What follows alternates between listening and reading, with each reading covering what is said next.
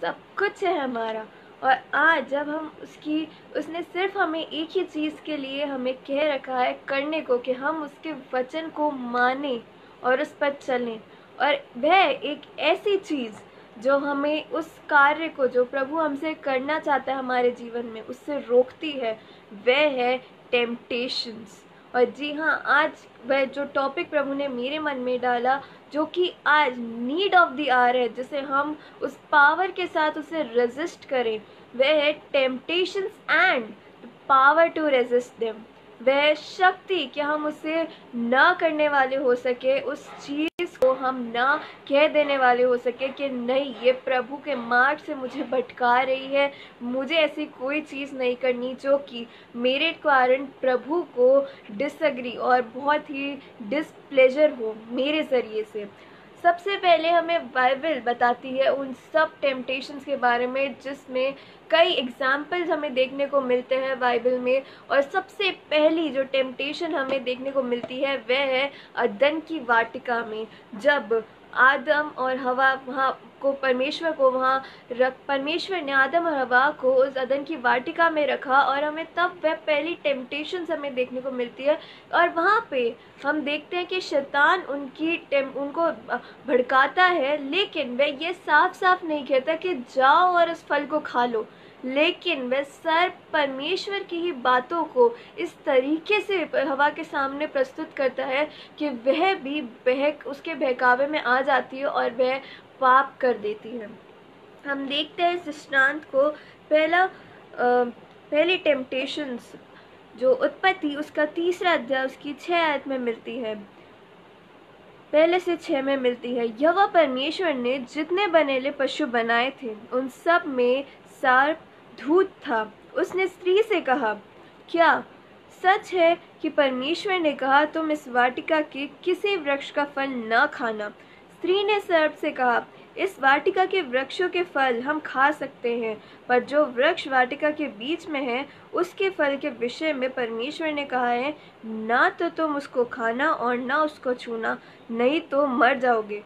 तब सर्प ने स्त्री से कहा, तुम निश्चय ना मरोगे, वरन परमेश्वर आप जानता है कि जिस दिन तुम उसका फल खाओगे उसी दिन तुम्हारी आंखें खुल जाएंगी और तुम भले बुरे का ज्ञान पाकर परमेश्वर के तुल्य हो जाओगे। अंततः तब स्त्री ने देखा, जब सर्प ने उसे वह भड़काया उस सब के प्रति, परमेश्वर के वचनों को उसने घुमा फिरा के उसके सामने प्रस्तुत किया, और तब वह स्त्री क्या कर रही थी? वह सर्प की बातें नहीं बल्कि उसी फल को जो फॉरबिडन फ्रूट था उसी की ओर देख रही थी। और तब स्त्री ने देखा कि उस वृक्ष का फल खाने के लिए अच्छा और देखने में मन भाव, और तब उसने आंखों के वह लालच से उसको देखा कि वह बहुत अच्छा है, सुंदर है, सिर्फ और सिर्फ उसके बाहरी रूप से उसे जज किया, और बुद्धि देने के लिए चाहने योग्य भी है। तब उसने उसमें से तोड़कर खाया और अपने पति को भी खिलाया और उसने भी खाया। और जब वह ये दृष्टांत हो रहा था, तब उसने 3 बातों की ओर अपना टेम्पटेशन जो था वह थी शारीरिक अभिलाषा, कि उसने आंखों से उस फल को देखा कि ये बहुत ही अट्रैक्टिव है, बहुत ही अच्छा है। भले ही वह जानती थी कि यह अच्छी चीज़ जो उसकी नज़रों में थी वह परमेश्वर ने उसे मना किया हुआ है।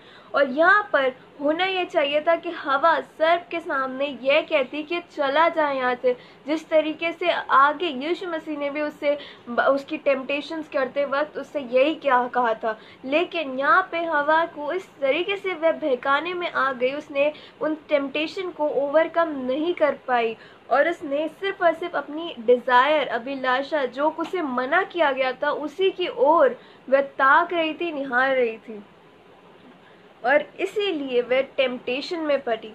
और जब हम देखते हैं कि कोई चीज़ हमें जब मना है, फॉरबिडन है, तब हम उसकी ओर उसे एक्सप्लोर करने की कोशिश ना करें। ये पहली सीख हमें बाइबल देती है कि यही एक मात्र बात है जो हमें उससे परे रहने के लिए मदद कर सकती है। हम देखते हैं यही इसका हमें एक उत्तर जो हमें मिलता है वह है यूसुफ की कहानी में। जो जो हवा ने गलतियाँ करी वही इस सब में हम यूसुफ की कहानियाँ में देखते हैं कि हमें क्या करने की ज़रूरत है, उसका सॉल्यूशन क्या है। तब हम देखते हैं कि उत्पत्ति उसका 39 अध्याय 9वीं आयत में लिखा है, जब ये दृष्टांत हमारे सामने आता है कि जब पोतीफेर की पत्नी यूसुफ को बार बार कहती है, बार बार उसे टेम्पटेशंस पे डालने की कोशिश करती है, भड़काती है और बहुत ही उसको आर्ग्यू करती है, लेकिन वह अवेयर है अपनी स्पिरिट में और वह उससे कहता है इस घर में मुझसे बड़ा कोई नहीं और उससे तुझे छोड़ जो उसकी पत्नी है मुझसे कुछ नहीं रख छोड़ा, इसलिए भला मैं ऐसी बड़ी दुष्टता करके परमेश्वर का अपराधी क्यों बनूं। और वह ये जानता है कि मेरे कौन से काम करने से परमेश्वर की नज़रों में मैं अपराधी बनूंगा, और उसे इस बात की परवाह नहीं है कि क्या वह स्त्री सोचेगी उसके बारे में या क्या कुछ कोई और, लेकिन उसे वहाँ पे उस वक्त पे भी सिर्फ और सिर्फ परमेश्वर की वह वाचा, उसकी आज्ञा का ख्याल था कि कहीं मैं किसी कार्य से परमेश्वर को अप्रसन्न ना कर दूँ, उससे दुखी ना कर दूँ। और यही एक सबसे बड़ी बात है कि हम जब परमेश्वर के वचन को जानेंगे तब हमारे मन में हमारी जो कॉन्साइंस है वह हमें बार बार प्रवोक करती रहेगी कि यह गलत है, परमेश्वर इससे कभी भी प्रसन्न नहीं होगा। और यही एक चीज़ है जो हमें टेम्पटेशन से ओवरकम करने में, उसे रेजिस्ट करने में मदद करेगी। हम देखते हैं कि टेम्पटेशंस अय्यूब पर भी आई थी और उसकी जो 3 भारी विपत्तियां उस पर आई थी, पहले थी उसके संपत्ति का नाश हो गया और दूसरा था कि उसके बच्चों तक का नाश हो गया और उस संपत्ति में बकरी जो लाइफ स्टॉक्स थी, बकरी, गाय, बैल, ऊँट, सब कुछ उसका चला गया और उसकी स्वयं की उसे नहीं पता था कि इसके साथ कैसे डील करना है। तब उसकी पत्नी ने भी उससे आके बोला, अय्यूब 1:21 में लिखा है, मैं अपनी माँ के पेट से नंगा निकला और वहीं नंगा लौट जाऊंगा, यहोवा ने दिया और यहोवा ही ने लिया, यहोवा का नाम धन्य है। और इन सब बातों में भी अय्यूब ने न तो पाप किया और न परमेश्वर पर मूर्खता से दोष लगाया। उसके फिर तीसरी विपत्ति जो उस पर आई थी वह था उसके पाँव के तलवे से लेकर सिर की चोटी तक फोड़े हो गए थे। और 10 आयत में हम पढ़ते हैं, उसने उससे कहा, तू एक मूढ़ स्त्री की सी बातें करती है, क्या हम जो परमेश्वर के हाथ से सुख लेते हैं दुख ना लें। इन सब बातों में भी अय्यूब ने अपने मुंह से कोई भी पाप नहीं किया। और यही कभी वह बातें हैं जो हम कभी कभार परीक्षा में पढ़ते हैं, टेम्पटेशन में पढ़ते हैं, तो कई बार परमेश्वर हमें परखता है। जिस तरीके से अय्यूब को नहीं मालूम था कि यह विपत्तियां कैसे आई है उसकी तरफ, क्या परमेश्वर और शैतान का संवाद हुआ था, लेकिन उसे बस इतना मालूम था कि परमेश्वर जो मुझे देने वाला है वह उतनी सामर्थ्य रखता है कि वह सब कुछ ले भी पाए। और उसका नाम जब हम उससे लेते हैं, हम बिना थैंक यू करे उसे लेते हैं, तो जब वह हमसे वापस लेता है तब हम उस पर दोष क्यों लगाते हैं। और यही बात जो थी अय्यूब की, वह वफादारी, वह लॉयल्टी, कि जब हमने उससे इतने सुख लिए हैं और तब हमने उसका धन्यवाद नहीं किया, लेकिन जब एक दुख हमारे ऊपर आ पड़ा तब हम उसे कोसने लग जाते हैं, हम कुड़कुड़ाने लग जाते हैं। और इसलिए स्मरण रखिए अपनी आशीषों को। जब हम अपनी उन अच्छी चीज़ों के बारे में स्मरण रखेंगे जो परमेश्वर ने हमारे जीवन में दी है, तभी उन सब बुरी चीज़ों, उन टेम्पटेशन से भी हम ओवरकम कर पाएंगे उन सब चीज़ों को भी। और जिस तरीके से हम देखते हैं कि यूसुफ की कहानी में 2 बार उसने पहले तो अपने वर्बली अपने मुंह से उसको ना कहा, उस पोतीफेर की पत्नी को, उसने टेम्पटेशन को देख के लर्न टू से अ नो, उसने देख कर उसे ना कह दिया कि भाई मैं इस पाप में नहीं पड़ूंगा क्योंकि यह परमेश्वर के चाहने योग्य नहीं है। और दूसरी बार उसने फिजिकली अपनी बॉडी को भी तैयार कर रखा था कि वह किसी भी पाप से खुद को परे रखे। और जब उसके वह सिचुएशन आई तब वह भाग खड़ा हुआ। वह फिजिकली भी अब उतना ही अवेयर था, वह अपने शरीर के अनुसार नहीं परंतु आत्मा के अनुसार चलता था। और हमारी आत्मा, हम जानते हैं कि हमें परमेश्वर से मिली है। वह उसने हमारा शरीर तो मिट्टी से बनाया है, लेकिन अपना श्वास दिया है हमें, और हमारी आत्मा प्रभु की ही देन है और वह प्रभु को ही के पास ही वापस चली जाएगी। और इसीलिए हम अपनी यदि आत्मा के चलाए चलते हैं तभी हम इन सब जो टेम्पटेशंस हम पर आती हैं, अनेकों प्रकार की परीक्षाएं, डिस्ट्रैक्शंस हम पर आते हैं, हम उसे ओवरकम करने पाएंगे और हम प्रभु के जो भाती हैं चीज़ें उन्हीं पर अपना मन लगाने पाएंगे। और इसीलिए हमें आज अपने विश्वास में जो परमेश्वर ने ब्लेसिंग दी उसको स्मरण रखना है और उसके विश्वास में दृढ़ होना है कि हम परमेश्वर को नाराज ना करें। भले ही कई लोग हमसे निराश हो, लेकिन हम परमेश्वर को किसी रीति से निराश ना कर सकें। अय्यूब उसके 31 अध्याय पहली आयत में लिखा है, जब एक वह टेम्पटेशंस आँखों की अभिलाषा के बारे में कि मैंने अपनी आँखों के साथ वाचा बांधी है, फिर मैं किसी कुंवारी पर कैसे आँखें लगाऊंगा।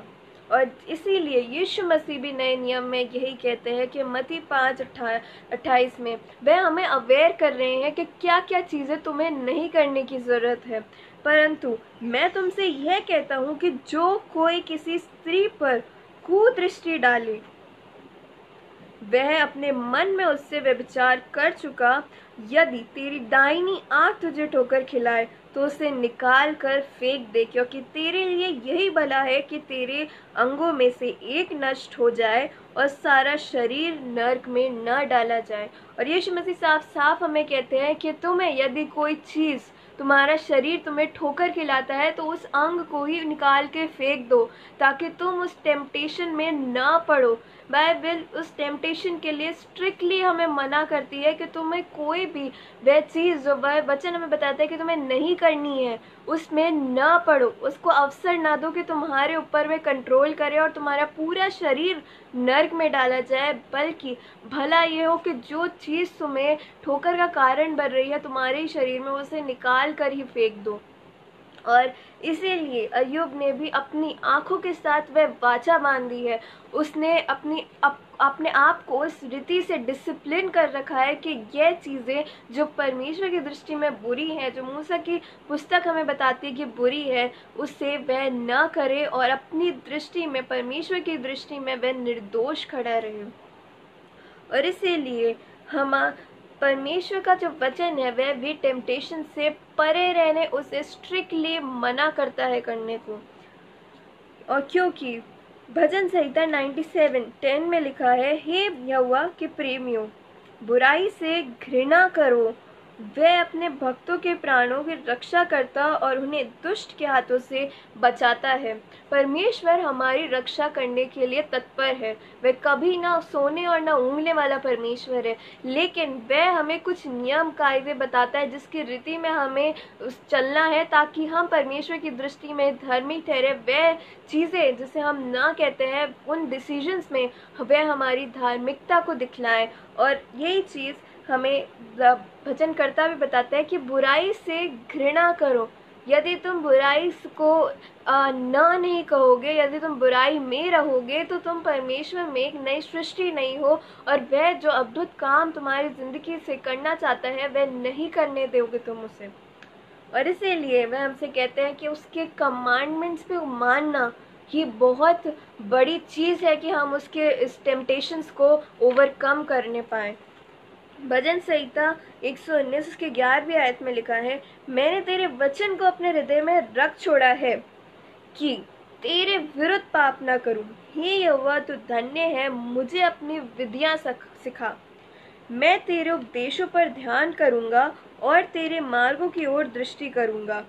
मैं तेरी विधियों में सुख पाऊंगा और तेरे वचन को न भूलूंगा। अपने दास का उपकार कर कि मैं जीवित रहूं, तेरे वचन पर चलता रहूं। और इसीलिए सिर्फ और सिर्फ वचन ही हमें एक रीज़न और एक सॉल्यूशन है इन टेम्पटेशंस को ओवर करने का।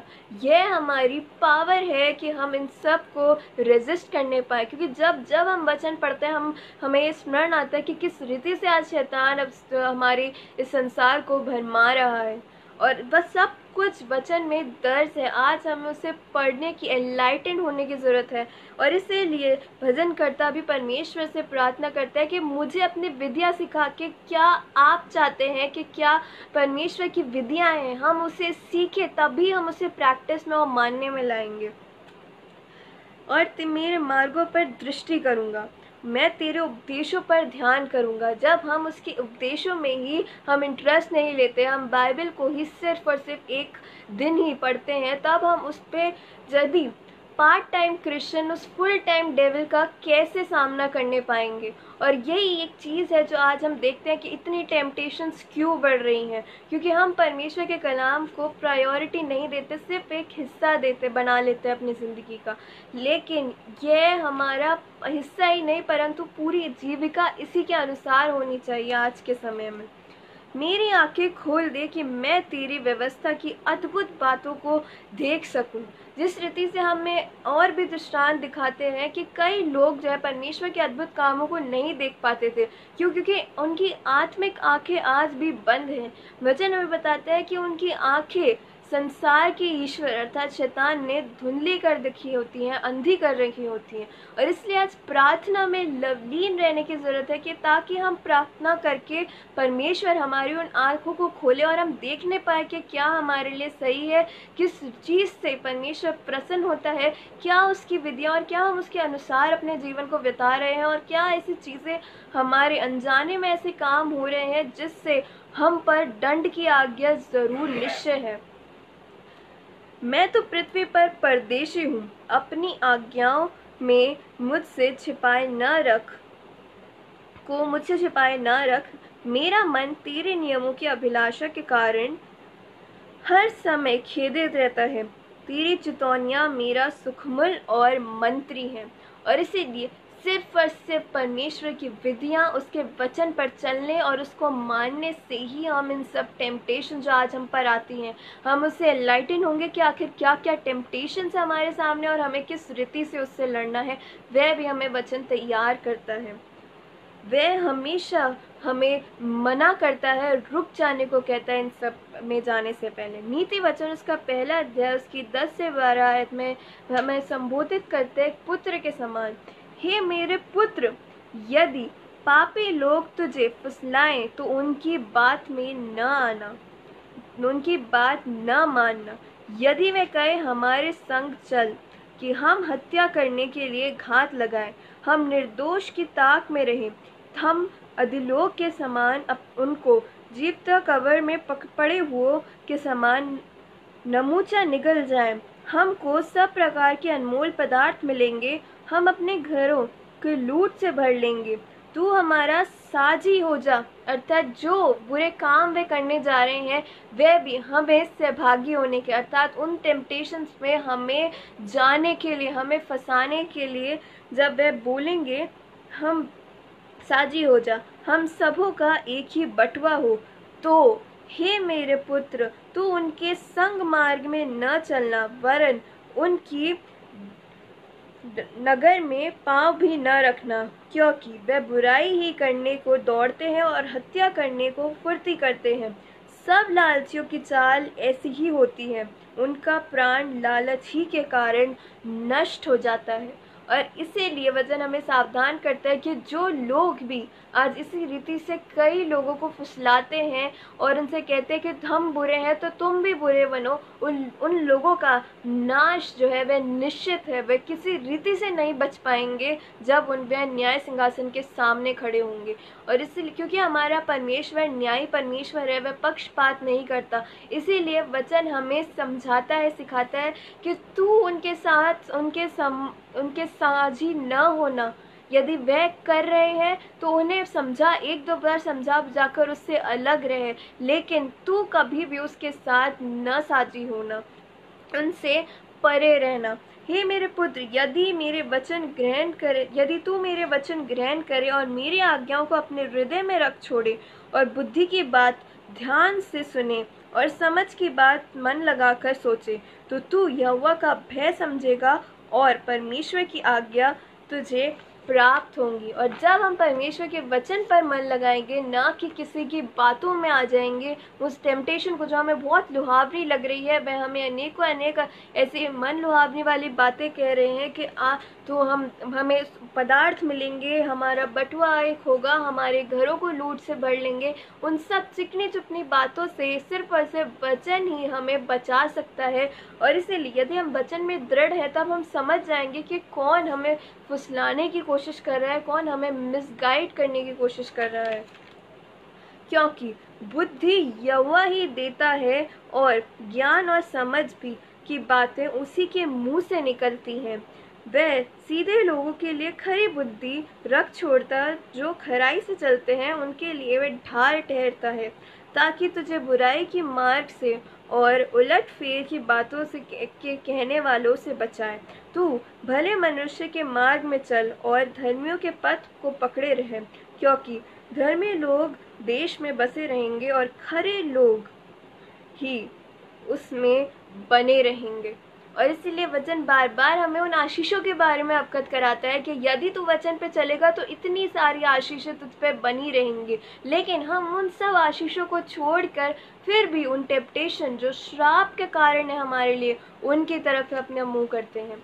और इस आखिरी लाइन में खरे लोग ही उसमें बने रहेंगे, ये बात जो है वह उस स्वर्गीय मकानों की जो अवधि जिंदगी में हमें देना चाहता है। यदि हम उसके न्याय सिंहासन के सामने खुद को निर्दोष और निष्कलंक रखने पाए, तभी हम उस अवधि जिंदगी में जो उसने हमारे लिए ठहराई है, हम उसमें प्रवेश करने पाएंगे। नहीं तो उन दुष्ट लोगों की तरह जो उसकी बातों को नहीं मानते, जो उसने मना किया है वही चीज़ को वह प्रेफर करते हैं करना, उस अदन की वाटिका की तरह, आदम और हवा की तरह उनको भी वहाँ से निकाल दिया जाएगा। और वह सब आशीषों को छोड़कर उन्हीं सब श्रापों में अपने जीवन को व्यतीत करेंगे। और आज्ञा को दृढ़ता से मानना, जिस रीति से एक दृष्टांत हमें वचन बताता है जो हमें यिर्मयाह नबी की पुस्तक में मिलता है, यिर्मयाह और रेकाब का वंश, जहाँ पे परमेश्वर यिर्मयाह को दिखाना चाह रहा है कि देखो, सीखो जो बहुत ओबीडियंट रहते हैं उन लोगों से, कि किस रीति से वह लोग ओबीडियंस रहते हैं, लेकिन तुम, जब मैं आज्ञा तुम्हें देता हूँ, तुम उसे नहीं मानते। यहोयाशीया के पुत्र यहूदा के राजा यहोयाकीम के राज्य में यहोवा की ओर से यह वचन यिर्मयाह के पास पहुंचा, रेकाबियों के घराने के पास जाकर उनसे बातें कर और उन्हें यहोवा के भवन की एक कोठरी में जाकर दाख मधु पिला। और यह वचन जो है परमेश्वर उससे कह रहे हैं कि तू यह करना, क्योंकि वह जानता है कि वह इससे रेकाबी वंश जो है वह इनसे बिल्कुल वह नहीं करेगा। क्यों? क्योंकि वह दृढ़ है अपने पुरखे की उस विधि को मानने में। और इसलिए वह हमसे भी आज ये कहता है कि जिस रीति से कई लोग आज ओबीडियंट है किसी चीज़ों में, वह टेम्पटेशन में नहीं पड़ते, तो तुम जिसका मैं जिंदा खुदा हूँ, मेरी विधियों को क्यों नहीं मानते हो। 5वें आयत में लिखा है, तब मैंने रेकाबियों के घराने को दाख मधु से भरे हुए हंडे और कटोरे देकर कहा, दाख मधु पियो।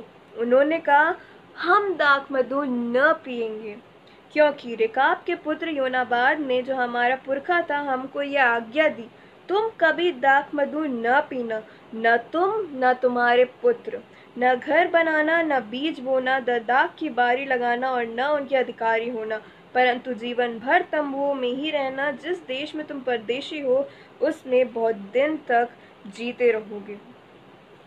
और इसीलिए आज बार बार वचन हमें बताता है कि जिस रीति से वह लोग, परमेश्वर उसे यिर्मयाह को एक दृष्टांत बताना चाह रहे थे कि जिस रीति से वह लोग अपने पुरखाओं की बातें मान रहे थे, ना उनने कोई घर खरीदा, ना उनने कोई बनाया और न ही कभी अपने आप को अपवित्र किया दाख मधु पीकर, उसी रीति से जिस जो विधियां प्रभु ने हमें दी हैं, हम उसे क्यों नहीं मान रहे हैं।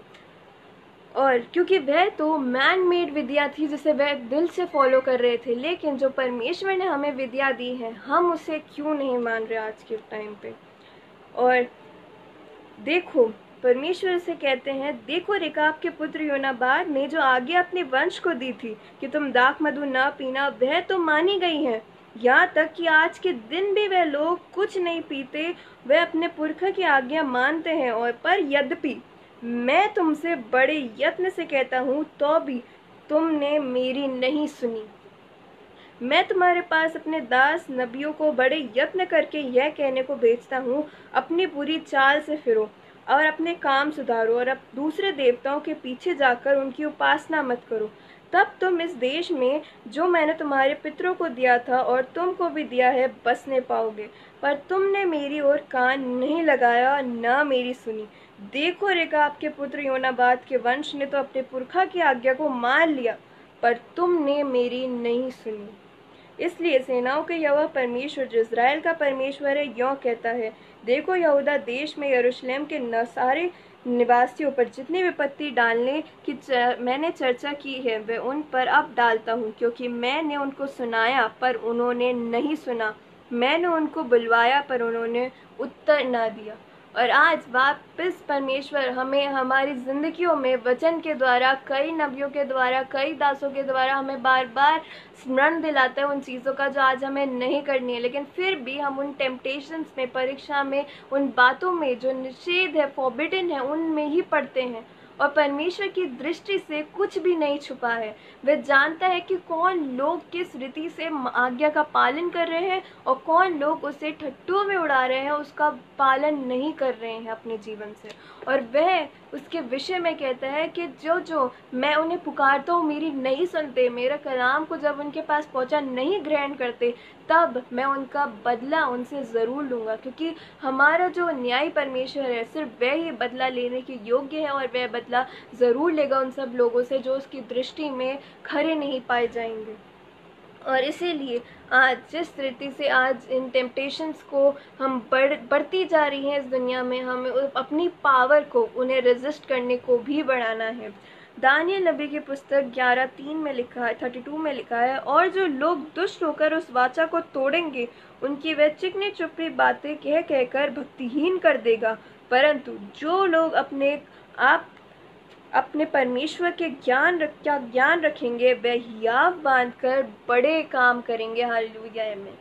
और जब हम परमेश्वर के वचन को मानेंगे तब परमेश्वर हमें आशीषित करेगा, और हम ऐसे अद्भुत काम हमारे द्वारा होंगे जो कि उसके कई दासों के लिए एनलाइटनमेंट होगा कि अब हमें भी फिरने की ज़रूरत है ताकि हम इन सब से बचें। और हम जानते हैं कि ग्रेट टर्बुलेशन में वही सब हमारे पर टेम्पटेशन होगी, यहाँ तक कि जो कोई भी उस मूर्ति की जो झूठा भविष्यवक्ता बनाएगा, जो कि अद्भुत काम करेगी वह मूर्ति, उसकी पूजा नहीं करेगा तो वह उसे मरवा डालेगा। और इसलिए वचन हमें पहले से ही वह कहता है, तैयार करता है कि जब तुम अपने प्राण परमेश्वर के लिए दोगे तो तुम्हें वह स्वर्ग जीवन का मुकुट देगा, लेकिन उसके लिए तुम्हें न करना आना चाहिए कि तुम उस टाइम भी उस मूर्ति को दंडवत न करने पाओ। जिस रीति से हम दानियल नबी की पुस्तक में पढ़ते हैं कि उसने जब राजा ने जवान और खूबसूरत सुंदर युवाओं को वहाँ पे बुलाया था, तभी उसने न कहना सीख लिया था। तब अपनी इनिशियल एज में उसने न कहना सीख लिया था, तो वह बड़े बड़े कामों में भी जब वह उसको सामने जो गलत था उसमें भी वह न कहने पाया। और अब यदि हम अपनी इस एज में ही, जब हम छोटे ही हैं, अब ना कहना, उन सब टेम्पटेशंस को ना कहना सीख लेंगे, तभी जब हम पर वह संकट आएंगे, जब हम अपनी बुद्धि ज्ञान में बढ़ेंगे, तब हम उसमें दृढ़ होते जाएंगे और हम उन टेम्पटेशंस को भी मना करने पाएंगे और ना कह देने वाले होने पाएंगे। और यही हमारी पावर होगी कि आज जब से हमने परमेश्वर को ग्रहण किया है, हम एनलाइटन है, तब से ही उस बुराई को छोड़ दे, ना कह दे, ताकि हम पे वह टेम्पटेशन हमारे ऊपर कंट्रोल ना करने पाए, बल्कि हम उसे रेजिस्ट करने पाए। जब हम यीशु मसीह के टेम्पटेशंस के बारे में पढ़ते हैं कि उसमें सबसे पहली बात जो हम देखते हैं कि जो कोई भी उनका टेम्पटेशन का जो दृष्टांत हमारे सामने है, शैतान आज भी वचन को परखता है, वह जानता है कि क्या वचन में है, और वह उसी को इस रीति से हमारे सामने प्रकट करता है कि वह हमें उसे नाश करने के लिए यूज़ करता है।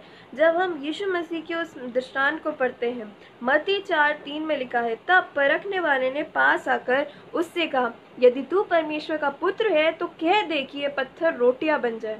यीशु ने उत्तर दिया, जो लिखा है, मनुष्य केवल रोटी ही से नहीं परंतु हर एक वचन से जो परमेश्वर के मुंह से निकलता है जीवित रहेगा। और आज कई टेम्पटेशंस परीक्षा हम पर आती है ताकि हम सरवाइव करने पाए, गलत चीज़ें करके हम अपनी जीविका जो बढ़ाने पाए। और इसीलिए तब शैतान ने भी उससे यही कहा कि तू कह दे और ये हो जाएगा, क्योंकि वचन में लिखा है। और इसीलिए यीशु मसीह भी उसे वचन से ही उत्तर देते हैं, जो कि सही मायनों में है कि हमें सिर्फ और सिर्फ परमेश्वर के वचन पे चलना है। यदि हमारी जीविका कम भी है, लेकिन हम संतुष्ट रहेंगे कि हमने कोई बुरा काम नहीं किया, कोई भी ऐसी चीज़ नहीं की जो परमेश्वर की दृष्टि में बुरी है। और दूसरा जो परीक्षा थी, तब इब्लिस उस पवित्र नगर में ले गया और मंदिर के करुगे के खड़ा किया और कहा उससे कहा, यदि तू परमेश्वर का पुत्र है तो अपने आप को नीचे गिरा दे, क्योंकि लिखा है, वह तेरे विषय में अपने स्वर्गदूतों को आज्ञा देगा और वह तुझे हाथों हाथ उठा लेंगे, कहीं ऐसा न हो कि तेरे पाँव में पत्थर से ठेस लगे। हम भजन संहिता में यह वचन पढ़ते हैं और शैतान ने उसे कोट किया है यहाँ पे कि तुम निकल जाओ, तुम गिर जाओ, और तुम्हें पता है कि वचन में लिखा है कि स्वर्गदूत तुम्हें उठा लेंगे। लेकिन यीशु मसीह वहाँ पर उसकी इस टेम्पटेशन का जवाब देते हैं। जब शैतान हमारे अंदर भी वे नेगेटिव थॉट्स को डालता है कि तुम अपनी हानि कर लो, कोई बात नहीं, परमेश्वर तुम्हें बचा लेगा, लिखा है ना, तुमने पढ़ा है ना, तो वह करेगा। और हम कभी कभार उसे परखने के लिए भी टेम्पटेशंस में गिरते हैं। लेकिन यीशु मसीह ने उससे उत्तर किया, यह भी लिखा है, तू प्रभु अपने परमेश्वर की परीक्षा न करना। और कई बार हम पर इसी रीति से शैतान हमको इस रीति से हमारे ऊपर कंट्रोल करता है, हमें टेम्प्ट करता है कि हम परमेश्वर को परखें और हम उसकी परीक्षा ले कुछ बुरे काम करके कि क्या उसका रिएक्शन आता है। और इसलिए वचन हमें बताता है कि तू अपने परमेश्वर की परीक्षा ना करना, तो उसका नाम व्यर्थ ना लेना। और यही आज चीज़ें हैं जो हमें सीखने देखने की ज़रूरत है, जो हमें बुद्धि देने के लिए है, जो वचन हमें बताता है कि कई ऐसी बातें हैं जो शैतान हमें घुमा फिरा के इंटरप्रेट करता है और हम उसे मान लेते हैं। जो वचन परमेश्वर हमें बताना चाहता है, आज वह बुद्धि हम परमेश्वर से मांगे प्रार्थना के द्वारा कि जो आप चाहते हैं कि हम इस वचन से सीखें, वही हम अपने मस्तिष्क में उसे समझने वाले हो सकें।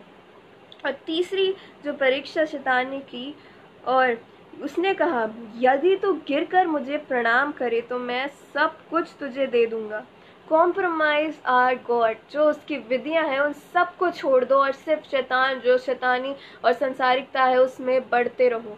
ये टेम्पटेशन आज यूथ में सबसे ज़्यादा, क्योंकि हम देखते हैं कि कई चीज़ें ट्रेंडिंग हो जाती है तो हम सबको मन करता है कि हम वही करें, भले ही वह गलत है और बहुत गलत है। लेकिन यीशु मसीह उससे कहते हैं, हे शैतान दूर हो जा, क्योंकि लिखा है, तू अपने प्रभु अपने परमेश्वर को प्रणाम कर और केवल उसी की उपासना कर। और आज हमें देखने की ज़रूरत है, हम किसे आइडलाइज कर रहे हैं, हम किसके पीछे आज भाग रहे हैं, किसे हम उसको फॉलो कर रहे हैं। क्या वह परमेश्वर का बंदा है, क्या वह परमेश्वर का जन है, क्या वह आपको उस सब परमेश्वर के नाम को लेने की वह कह रहा है, या फिर वह शैतानी उन सबको प्रमोट कर रहा है। और उन टेम्पटेशंस को जो हमारे आँखों की अभिलाषा से होती है कि हमें इसकी तरह बनना है, उन सब को छोड़कर आज जो वचन वो मनुष्य हमें बनाना चाहता है, हमें वह बनने की आज ज़रूरत है। हम देखते हैं कि जब हमारे शब्दों के द्वारा शैतान को हारना चाहिए, न कि हम उसके शब्दों के द्वारा आज वह हमें हराने पाए। तब शैतान उसके पास से चला गया और स्वर्गदूत आकर उसकी सेवा करने लगे। और जब हम अपनी टेम्पटेशन को रेजिस्ट करेंगे, शैतान को उसके सामने उस पवित्र आत्मा की शक्ति से बोलेंगे कि शैतान दूर हो जा, तो ऐसी कोई बात नहीं है कि वह उससे कभी लड़ पाए। और हम जानते हैं कि जो हमारे ओर है वह उससे कई ज़्यादा बड़ा है, कई ज़्यादा सामर्थ्य और प्रतापी है। हालेलुया, आमीन। और एक प्रार्थना ही एक और हथियार है हमारे पास, जो इन सब टेम्पटेशन को रेजिस्ट करने में हमें मदद करती है। मत्ती 6:13 में लिखा है, और हमें परीक्षा में न ला। जब प्रभु ने हमें प्रार्थना करना सिखाई अपने पिता से, स्वर्गीय पिता से, तब भी उसने यही कहा कि परमेश्वर से प्रार्थना में यह मांगो कि हमें परीक्षा में न ला, परंतु बुराई से बचा। और बुराई किसकी ओर से होती है? शैतान की ओर से। बल्कि हमसे वह प्रार्थना करते वक्त हम उससे मांगे कि हमें उस शैतान की उस सब बुराई से बचा के रख, ताकि हम अपना जीवन को नाश नाश की ओर न ले जाए, क्योंकि राज्य, पराक्रम और महिमा सदा तेरी है, आमीन। क्योंकि सिर्फ और सिर्फ खुदा और उसका वचन ही हमें इन सब टेम्पटेशन से, परीक्षा से बचा सकता है। मत्ती 26:41 में लिखा है, जागते रहो और प्रार्थना करते रहो कि तुम परीक्षा में न पड़ो। आत्मा तो तैयार है परंतु शरीर दुर्बल है। और जब हम अपनी आत्मा को तैयार करते हैं तो साथ ही साथ शरीर की भी, उस शरीर की अभिलाषाओं को भी अपने वश में लाएं, ताकि हम अपनी अभिलाषाओं से पढ़कर पाप में न गिरे। प्रार्थना करो कि तुम परीक्षा में न पड़ो। लूका 22:40 में लिखा है, और यदि हम उससे प्रेम करेंगे जिस रीति से परमेश्वर ने हमसे प्रेम किया, यदि हम भी आज उससे प्रेम करेंगे, तब हम उसकी आज्ञाओं पर चलेंगे और टेम्पटेशंस हमारे पास नहीं आने पाएंगी। यूहन्ना उसका 14:15 में लिखा है, यदि तुम मुझसे प्रेम रखते हो तो मेरी आज्ञाओं को मानोगे। और प्रेरितों 15:8 में लिखा है, मन के जांचने वाले परमेश्वर ने उनको भी हमारे समान पवित्र आत्मा देकर गवाही दी, और सारे विश्वास के द्वारा उनके मन शुद्ध करके हमने और उनमें कुछ भेद न रखा। तो अब क्यों परमेश्वर की परीक्षा करते हो कि चेलों की गर्दन पर ऐसा जुआ रखो जिसे न हमारे बाप दादा उठा सके, न हम उठा सके हैं। हाँ, हमारा ये निश्चय है कि जिस रीति से वह प्रभु यीशु के अनुग्रह से उद्धार पाएंगे, उसी रीति से हम भी पाएंगे, यदि हम परमेश्वर की आज्ञाओं को माने। उसे इन टेम्पटेशन में इसलिए ना पड़े कि हम परमेश्वर की परीक्षा करने पाए, बल्कि उन सब को सच्चाई, उस वफादारी के साथ निभाएं जिस रीति से उसके दासों ने निभाया है, और अपने आप को एक जीवित बलिदान करते हुए परमेश्वर के ओर से सम्मुख चढ़ाएं। रोमियो 6:11 में लिखा है, ऐसे ही तुम भी अपने आप को, पाप के लिए तो मरा परंतु परमेश्वर के लिए मसीह यीशु में जीवित समझो। इसलिए पाप तुम्हारे नश्वर शरीर में राज्य न करे, तुम उसकी लालसाओं के अधीन रहो, और न अपने अंगों को अधर्म के हथियार होने के लिए पाप को सौंपो, और अपने आप को मरे हुओं में से जी उठा जानकर परमेश्वर को सौंपो। और अपने अंगों को धर्म के हथियार होने के लिए परमेश्वर को सौंपो, तब तुम पाप की प्रभुता न होगी, क्योंकि तुम व्यवस्था के अधीन नहीं वरन अनुग्रह के अधीन हो, और पाप से छुड़ाए जाकर धर्म के दास हो। परंतु अब पाप से स्वतंत्र होकर और परमेश्वर के दास बनकर तुमको फल मिला जिससे पवित्रता प्राप्त होती है। उसका अंत अनंत जीवन है, क्योंकि पाप की मजदूरी तो मृत्यु है, परंतु परमेश्वर का वरदान हमारे मसीह यीशु में अनंत जीवन है, आमीन। और जब हम ये परमेश्वर के वचन में बढ़ते हैं, तब हम फिर से उन टेम्पटेशंस की ओर ना जाए, बल्कि जिस रीति से कई लोगों ने अपने आप को टेम्पटेशन में सौंप दिया है, उसी रीति से हम अपने आप को परमेश्वर में सौंप दें, ताकि हम उसके और परमेश्वर के पुत्र यीशु मसीह के अनुग्रह में बढ़ते जाएं, और उसी की वह आशीष जो हमें देना चाहता है, वह उसे हम लेने वाले भागी हो सके। और दूसरा कुरिन्थियों उसका 10:4 में लिखा है, क्योंकि हमारी लड़ाई के हथियार शारीरिक नहीं है।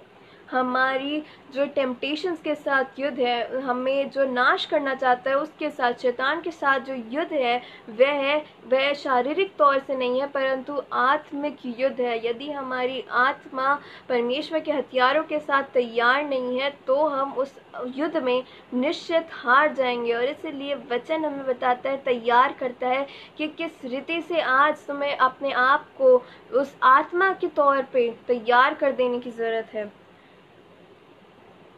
पर गढ़ों को दाह देने के लिए परमेश्वर के द्वारा सामर्थ्य है। इसलिए हम कल्पनाओं का और हर एक ऊंची बात का जो परमेश्वर की पहचान के विरोध में उठती है, खंडन करते हैं, और हर एक भावना को कैद करके मसीह की आज्ञाकारी बना देते हैं, और तैयार रहते हैं कि जब तुम्हारा आज्ञा पालन पूरा हो जाए, हर एक प्रकार की आज्ञा उल्लंघन को दंडित करें।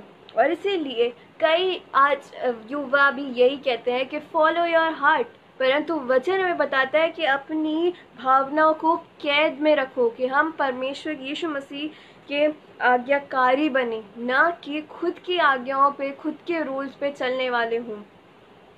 पहला कुरिन्थियों 7:5 में लिखा है, तुम एक दूसरे से अलग न रहो, परंतु केवल कुछ समय तक आपस की सम्मति से प्रार्थना के लिए अवकाश मिले और फिर एक साथ रहो। ऐसा न हो कि तुम्हें असंयम के कारण शैतान तुम्हें परखे, अवसर ना दो शैतान को तुम्हारे बीच में कार्य करने का। और उसके वचन को ट्रस्ट हिज वर्ड्स। पहला कुरिन्थियों 10:13 में लिखा है, इसलिए जो समझता है मैं सिर हूँ वह चौकस रहे कि कहीं गिर ना पड़े। जो मनुष्य के सहने से बाहर है, परमेश्वर सच्चा है और वह तुम्हें सामर्थ्य से बाहर परीक्षा में न पड़ने देगा, वरन परीक्षा के साथ निकास भी करेगा कि तुम सह सको। जब भी वह परीक्षा परमेश्वर की ओर से हम पर आती है, वह कभी भी इतनी बड़ी नहीं होती कि हम उसे सहने ना पाए।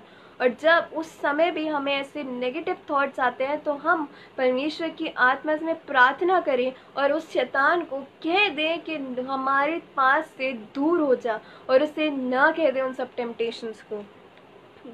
गलातियों उसका 20 में लिखा है, मैं मसीह के साथ क्रूस पर चढ़ाया गया हूँ और मैं शरीर में अब जीवित ना रहा, पर मसीह मुझ में जीवित है। और मैं शरीर के अब तो जीवित हूँ, पर तो केवल उस विश्वास से जीवित हूँ जो परमेश्वर के पुत्र पर है, जिसने मुझसे प्रेम किया और मेरे लिए अपने आप को दे दिया।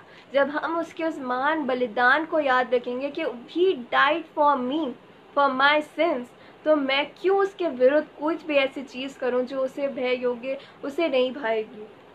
पवित्र आत्मा के द्वारा संचालन से वह हमारी सबसे बड़ी जो सहायक है, जो इन सब टेम्पटेशन से हमें रेजिस्ट करने में मदद करेगी, वह है पवित्र आत्मा। गलातियों 5:16-17 में लिखा है, पर मैं कहता हूँ आत्मा के अनुसार चलो, तो तुम शरीर की लालसा किसी रीति से पूरी ना करोगे, क्योंकि शरीर आत्मा के विरोध में और आत्मा शरीर के विरोध में लालसा करता है, और यह एक दूसरे के विरोधी है, इसलिए कि जो तुम करना चाहते हो वह न करने पाओ। और यदि तुम आत्मा के चलाए चलते हो तो व्यवस्था के अधीन रहते हो न रहे। और इसीलिए आज पवित्र आत्मा को अपने जीवन में कार्य करने दीजिए, जो सहायक यीशु मसीह ने भेजा है हमारे लिए, कि वह हमें बताए क्या परमेश्वर की मर्जी है, क्या उसकी आज्ञा है। उससे आज कार्य करने दीजिए, उसे रोक के मत रखिए, उसका मुंह बंद मत कीजिए, बल्कि उसे अपने जीवन का आधार बनाइए कि उससे पूछकर, उससे परमेश्वर की उस उपस्थिति से वाकिफ रहकर हम अपने डिसीजंस को बनाने वाले हो सके और उन टेम्पटेशंस को आज हम छोड़ने वाले और ना कहने वाले होने पाए।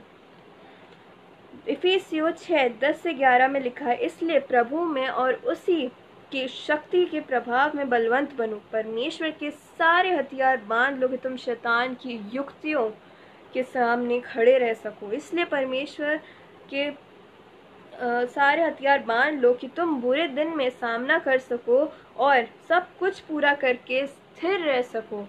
फिलिपियों 3:8 में लिखा है, वरन मैं अपने परमेश्वर यीशु, अपने प्रभु यीशु मसीह यीशु की पहचान की उत्तमता के कारण सब बातों की हानि समझता हूँ, जिससे मैं मसीह को प्राप्त करूँ। निशानी की ओर दौड़ा चला जाता हूँ, ताकि वह इनाम पाऊँ जिसके लिए परमेश्वर ने मुझे मसीह यीशु में ऊपर बुलाया है। इसलिए जहाँ तक हम पहुँचे हैं उसी के अनुसार चलें, हम भटके नहीं, उन टेम्पटेशन के द्वारा हम डिस्ट्रैक्ट ना हो। जो हमारा लक्ष्य है वह है परमेश्वर के पुत्र को उसके विश्वास करना और उस अवधि जीवन में पहुँचना। वही हमारी एक नैरो जो रो है, पाथ है, हमें उसी पे चलना है। और इन टेम्पटेशंस को आज प्रभु यीशु मसीह के नाम से और आज पवित्र आत्मा के संचालन से, उसके महान बलिदान को स्मरण कर रखे, आज हम उससे परे रह सकते हैं, रेजिस्ट कर सकते हैं।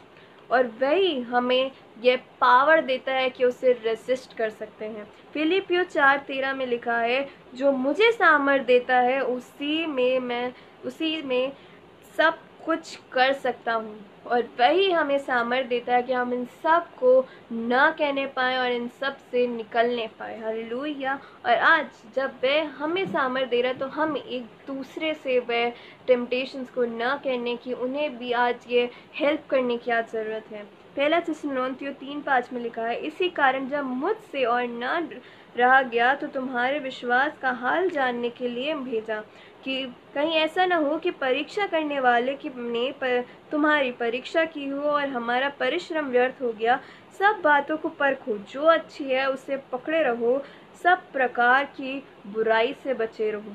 इब्रानियों 2:18 में लिखा है, क्योंकि जब उसने परीक्षा की दशा में दुख उठाया तो वह उनकी सहायता कर सकता था जिनकी परीक्षा होती है। और आज जब हमारी परीक्षा होती है तब हम यही किसी के हम बताना चाहते हैं, हेल्प लेना चाहते हैं, तो आस्क जीसस, क्योंकि उसकी भी वही परीक्षा हुई थी और वह जानता है कि उसने भी उन टेम्पटेशंस को ओवरकम किया था, उसे रेजिस्ट किया था। और आज हमें क्यों परमेश्वर यीशु मसीह से आज करने की ज़रूरत है, क्योंकि उसने भी ये सब महसूस किया है, वह जानता है इस सब को, और वही हमें इन सब से ओवरकम करने में मदद करेगा। और आज परमेश्वर हमसे यह कहने पाया हमारी ज़िंदगी में, पहला तीमुथियुस 6:11, पर हे परमेश्वर के जन, तू इन बातों से भाग और धर्म, भक्ति, विश्वास, प्रेम, धीरज और नम्रता का पीछा कर। विश्वास की अच्छी कुश्ती लड़ और उस अनंत जीवन को धर ले जिसके लिए तो बुलाया गया और बहुत से गवाहों से सामने अच्छा अंगीकार किया था, कि तू हमारे प्रभु यीशु मसीह के प्रकट होने तक इस आज्ञा को निष्कलंक और निर्दोष रखे। आमीन, हालेलुया। और इसका जो टेम्पटेशन है, इसका सॉल्यूशन भी हमें वचन बताता है। दूसरा तीमुथियुस 2:22 में लिखा है, जवानी की अभिलाषाओं से भाग और जो शुद्ध मन से प्रभु का नाम लेते हैं उनके साथ धर्म और विश्वास और प्रेम और मेल मिलाप का पीछा कर। आज उन सब लस्ट से हमें उससे लड़ने की जरूरत नहीं, परंतु वचन हमें बताता है कि उससे भाग। तुम शैतान के सामने लड़ सकते हो, लेकिन इन सब चीज़ों से आज वचन हमें बता रहा है कि भाग, इनको चैलेंज न करें बल्कि इनसे परे रहें, इन्हें न कहना सीखें। 4:15 में लिखा है, क्योंकि इब्रानियों 4:15 में लिखा है, क्योंकि हमारा ऐसा महायाजक नहीं जो हमारी निर्बलताओं में हमारे साथ दुखी ना हो सके, वरन वह सब बातों में हमारे समान परखा तो गया तो भी निष्पाप निकला। इसलिए आओ हम अनुग्रह के सिंहासन के निकट हियाव बांधकर चलें कि हम पर दया हो और वह अनुग्रह पाएं जो आवश्यकता के समय हमारी सहायता करे। आनंद की बातों को समझो, विश्वास और धीरज को उन बातों से विश्वास और धीरज उत्पन्न होता है। याकूब 1:12 में लिखा है, धन्य है वह क्योंकि जो परीक्षा में स्थिर रहता है, क्योंकि वह खरा निकलकर जीवन का वह मुकुट पाएगा जिसकी प्रतिज्ञा प्रभु ने प्रेम करने वालों से की है। जब किसी की परीक्षा हो तो वह यह ना कहे कि मेरी परीक्षा परमेश्वर की ओर से होती है, क्योंकि ना तो बुरी बातों से परमेश्वर की परीक्षा हो सकती है, ना वह किसी की परीक्षा आप करता है, परंतु प्रत्येक व्यक्ति अपनी ही अभिलाषा से खिंचकर और फंसकर पाप में पड़ता है। इसीलिए परमेश्वर के अधीन हो जाओ और शैतान का सामना करो। विश्वास में दृढ़ होकर यह जानकर उसका सामना करो कि तुम्हारा भाई जो संसार में है ऐसे ही दुख से सह रहे हैं। जिस रीति से कई लोग, प्रभु के लोगों ने भी इन सब टेम्पटेशन को रेजिस्ट किया है, यीशु मसीह ने भी इन सब टेम्पटेशन को रेजिस्ट किया, इन पर जय पाई है। आज हमें उनका स्मरण करने की ज़रूरत है कि किस रीति से उन्होंने इन सब पे जय पाई, और हम भी जब वह कर सकते हैं हम भी इन सब से जय पाए, इन सब से परे रहें। पहला यूहन्ना 4:4 में लिखा है, हे बालकों, तुम परमेश्वर के हो और तुमने उन पर जय पाई है, क्योंकि जो तुम में है वह उससे जो संसार में है बड़ा है। हालेलुया। और आखिरी वचन से मैं समाप्त करूंगी इस सेशन को। पहला पत्रस उसका 3:17 में लिखा है, इसलिए हे प्रियो, तुम लोग पहले से ही इन बातों को जानकर चौकस रहो, ताकि अधर्मियों को भ्रम में फंसाकर अपनी स्थिरता को कहीं हाथ से खो ना दो, पर हमारे प्रभु और उद्धारकर्ता यीशु मसीह का अनुग्रह और पहचान में बढ़ते जाओ। उसी की महिमा अब भी और युगायुग होती रहे। आमीन। और यदि परीक्षा, ये टेम्पटेशन एक